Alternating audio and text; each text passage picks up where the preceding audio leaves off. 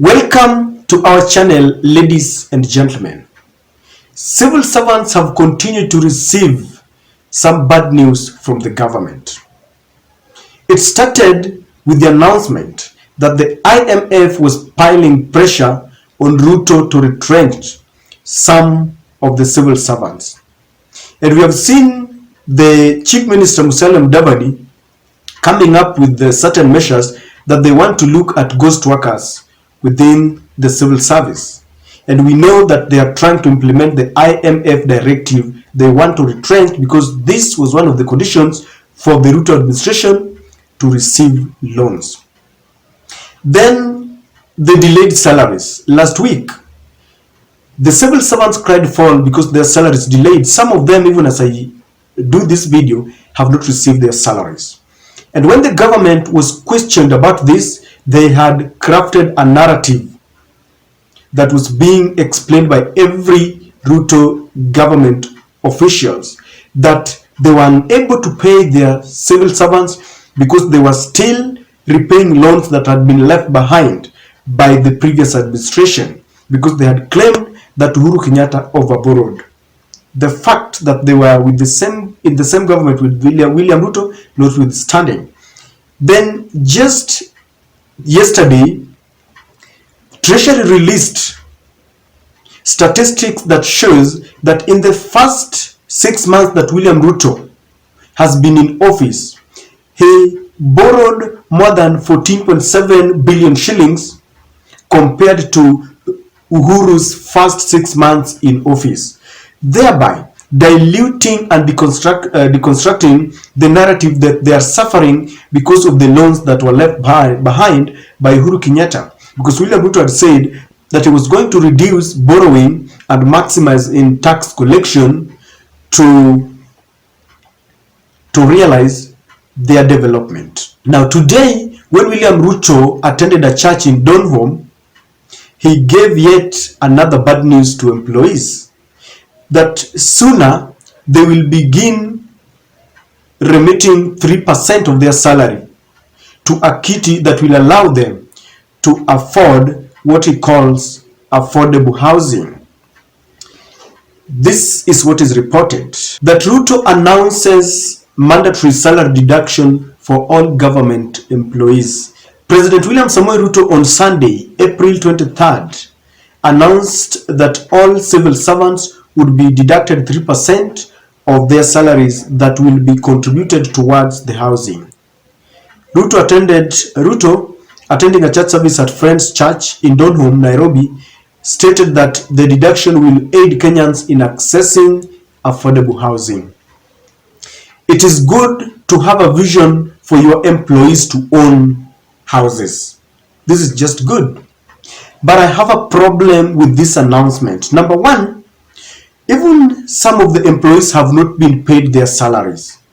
Instead of working to ensure that you realize their payment on time, you are already crafting on how you are going to deduct the delayed salaries. Because let me tell you something, whenever you delay employees' salary, you interfere with their budget, paying of taxes, paying of school fees. Some have got loans.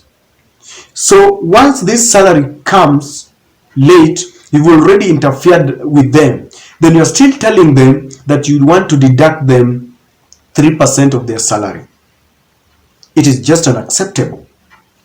This is a crafted measure for the government to have an easy kitty where they can get money to do their businesses and to do their developments. I'm saying this because while attending the same church, William Ruto said that they are doing good business with the NSSF kitty, the National Social Security Fund kitty.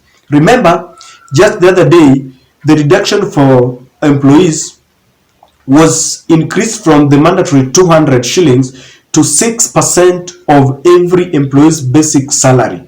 And Ruto said that within 2 months, they have doubled what was being realized when they were deducting 200 shillings. This is something that the Court General Secretary Atwoli supported.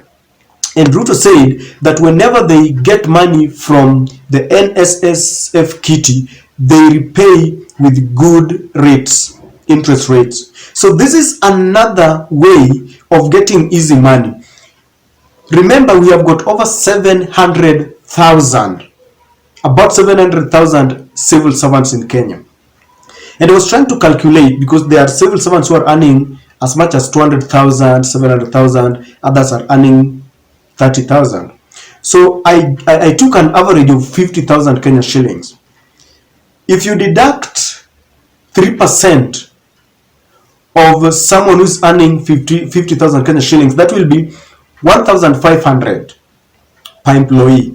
So let us assume that each and every employee is deducted 1,500 shillings times 700,000. That will be 1.05 billion Kenyan shillings. That is 1,050,000,000 Kenya shillings, 1.05. So the government will have, every month, the government will have at least 1 billion Kenya shillings in that kitty, because they are calling it housing kitty, where every employee will be remitting this money, so that with the time you can acquire affordable housing. So this is what I'm telling you, that the government will have a very easy catch, because they will be in control of this money. So they will be poking their hands in it, maybe taking loan and reducing. So they want money to help them cushion their budget. Number 3, this thing is being hurried and dictated without stakeholders' participation. Unions are there that must always be included whenever such a thing is coming up, if there is anything new that is being proposed by the government. For example, for teachers, we have the NAT. Have they been consulted? Or is this thing just coming up? The government must sit down with all the stakeholders and find out whether this is workable. You can't wake up, force employees to be deducted a certain amount of money without discussing with them. The government has got penchant of doing things unilaterally. This is what happened with the GMO. They just decide that we want to force Kenyans to consume GMO without including stakeholders to discuss a new phenomenon in our country. You can't just come up with such a thing. So Ruto must sit down with the employers and the employees. The employers are being forced that when an employee has given 3% of his salary, the employer will also be forced to pay 3% of the employee's salary. This is something that even the employers must be included. Number 3, already civil servants are being deducted just too much. NHIF, NSSF, pay as you earn. Already they are being choked by these deductions. Then you want to add yet another deduction. You will be really exhausting the very little money that you are paying, and paying late to your employees. So this is something that must be rejected unless they sit down and agree on a modality and how this thing is going to be done. The last one, ladies and gentlemen, what makes you think that every employee would want a house? Because every human being has got priorities. There is someone who might not want a house as his priority. So by coming up and telling employees that they must have houses, you are forcing them with what you think they should want. You should let them choose whether they want to acquire these houses or not. You cannot force them, because there are people who have got houses. There are people who are already having mortgages, and there are people who have inherited houses from their ancestral fathers and grandfathers. I know of employees who are living in houses that they inherited from their fathers or grandfathers. So if they are already comfortable in their house, they had inherited, and those houses are now theirs. So then, for example, if I'm living in my father's house, or I have a house that I bought or was donated to me, then you want to force me to start remitting certain deductions for me to, get what you call affordable housing. It is something that must be looked at, and we cannot be forced to do.